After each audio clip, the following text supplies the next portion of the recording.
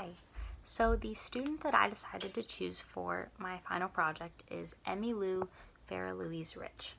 I have been watching, probably for the past, I want to say 3 years maybe, a YouTube subscriber who's, I think his name is Chris, but the channel is called Special Books by Special Kids, and it's a channel that dedicates its time towards amplifying the stories of individuals with disabilities and telling the public what their lives are like. And so I went through the videos until I found someone that really spoke to me. And Emery, who goes by Emmylou, is 4 years old at this moment, and she is enrolled in an elementary school in Indiana. She loves to read books, take walks, swim, make friends. She's very musical. Her family's musical, and her grandmother, I believe her grandmother, plays guitar and sings to her often. And so Emmylou is very musical, and she will play piano and sing along with the piano. She'll play with all of her different musical toys, including a Rocktopus, which is a toy octopus that plays sounds. It's pretty cool. Her favorite game is Nose Beeps. Her mom will hold out her hand, and Emmylou will grab her hand and put it to her nose, and her mom will make a beeping sound. And she loves Moana. She was born missing 40% of her brain due to a condition called schizencephaly, which causes clefts, like gaps in the cerebral hemispheres of the brain. Because of that, her optic nerve was underdeveloped, which causes visual impairments. And during the first few months of her life, she, because of these different disorders, had up to 100 seizures a day. And so she qualified for a surgery called a hemispherectomy, which is, for her, it was just removing the last 10% of the left side of her brain. And that reduced the seizures significantly. She's recently been taken off of her, or weaned off of her seizure medication, and one of the more recent posts said that she was 3 months seizure free, which is pretty incredible. She now uses a walker or wheelchair to walk, walks with assistance, or uses a gait trainer. She communicates non-verbally and uses whines or syllables like na na or mama. And her mother began using sign language with her when she was 6 months old. She uses both sides of her body, but because the left side is missing, she struggles using her right side and depends more heavily on the left side. She's been working on full tactile finger grabs, is what her mom said on her very active Instagram page, and using the right hand, and speech therapy, physical therapy, and different therapies that she receives both in and out of school. She's almost completely seizure-free at this moment, as I said, going on 3 months last time I checked, and she is now about to switch into a new school system for the upcoming school year that advocates for full inclusion, but she will still continue to receive different therapeutic services throughout her, or not completely throughout, but occasionally during her school day, because her mother has said that she thinks that Emmylou grows the most when she's surrounded by her peers for most of the time. I will link the YouTube video so you can learn more about Emmylou and her family in my discussion box, and you can watch that if you'd like. I think the video is about 10 minutes long.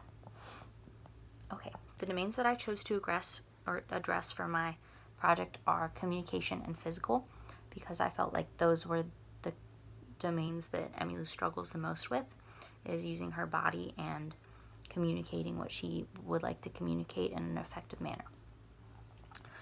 My objectives are that my students will sing the melody and lyrics to a song called Bounce High, which I'll sing in a second. They'll express pitch differences using their bodies during games, and they will use instruments to musically express their peers' actions, and they will improvise a melody. Because Emmylou is 4 years old, I decided to do this lesson plan for kindergartners, so I figured that was, or pre-K, kind of that age, the very young elementary school age, because I figured that was likely where Emmylou would be placed with her peers. The materials needed are a ukulele or guitar, pitched or non-pitched instruments. I'm thinking hand drums or boom whackers or pea buzzes or anything. Maybe even Orff instruments would be fun. And then ribbon in case a student is not comfortable creating a sound. A large rubber ball for one of my games. Colored cards, like large stock paper cards if needed for adaptations. Chairs for my students to sit in, and speaker to play songs. I'm not going to read you my entire lesson plan, but I will include it on a link in my discussion. But just to explain some of the things that I've included, the song that I would like to use is called Bounce High, and that would be our warm-up song. It is from Victoria Bowler's website. She has a really nice website for elementary music. And it's like a trading game where one student stands in the middle and the rest of the students stand in a circle around that one student. And they sing this song over and over and over again, choosing different students to stand in the middle. And this is the song. It goes,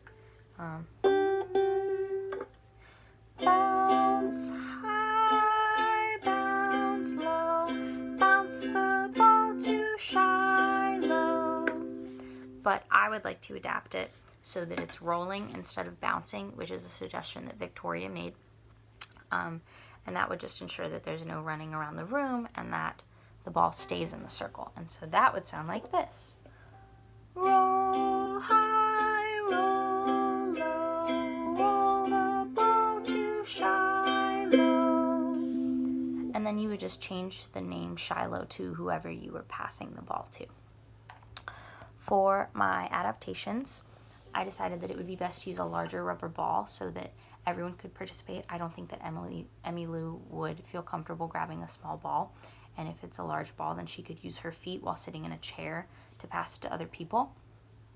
And another modification that I used was that Emmylou could sing na or ma, are the syllables that she likes to use. She likes to sing along a lot to different songs, so I don't think that I think she would be very excited to sing the song.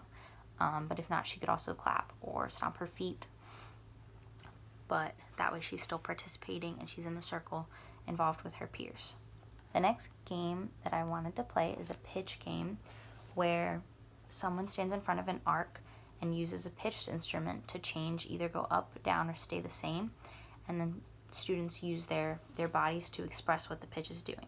So for instance, if I was playing this, and then I went like this, my students would stay here for the same note, and then when it raised, they could go like this.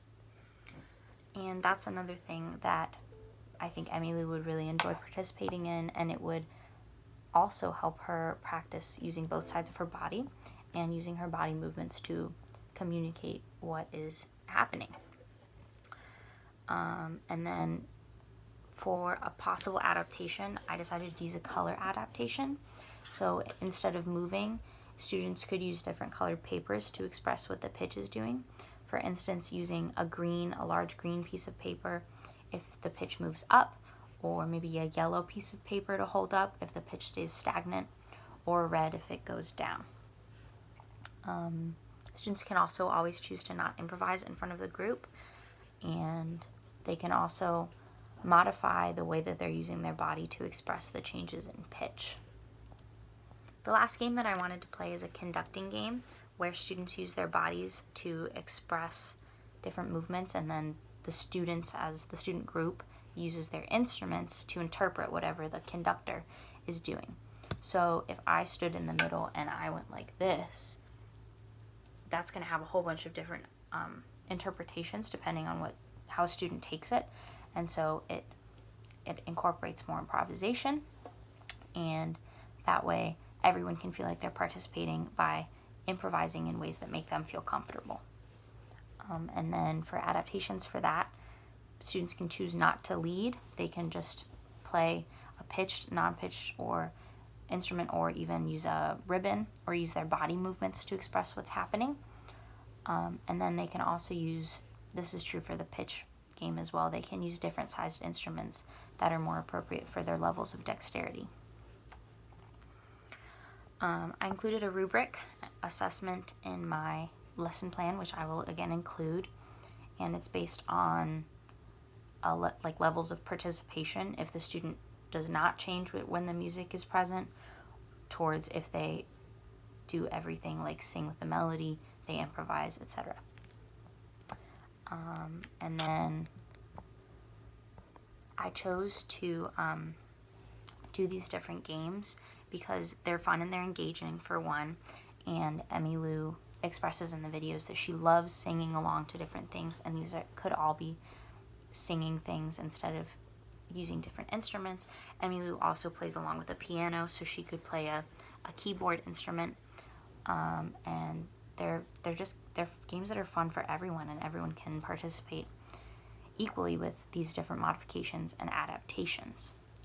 Because, again, the communication and physical domains are what Emmylou struggles with, I wanted to choose these adaptations, modifications, and accommodations to ensure that she can participate fully to the most full extent possible, and continue to focus on her communication and kinesthetic skills. That's all I've got. I'll include the video from Special Books by Special Kids in my discussion box and my lesson plan. Thank you so much. It's been a great semester. Oh, not semester. Summer session. Thank you.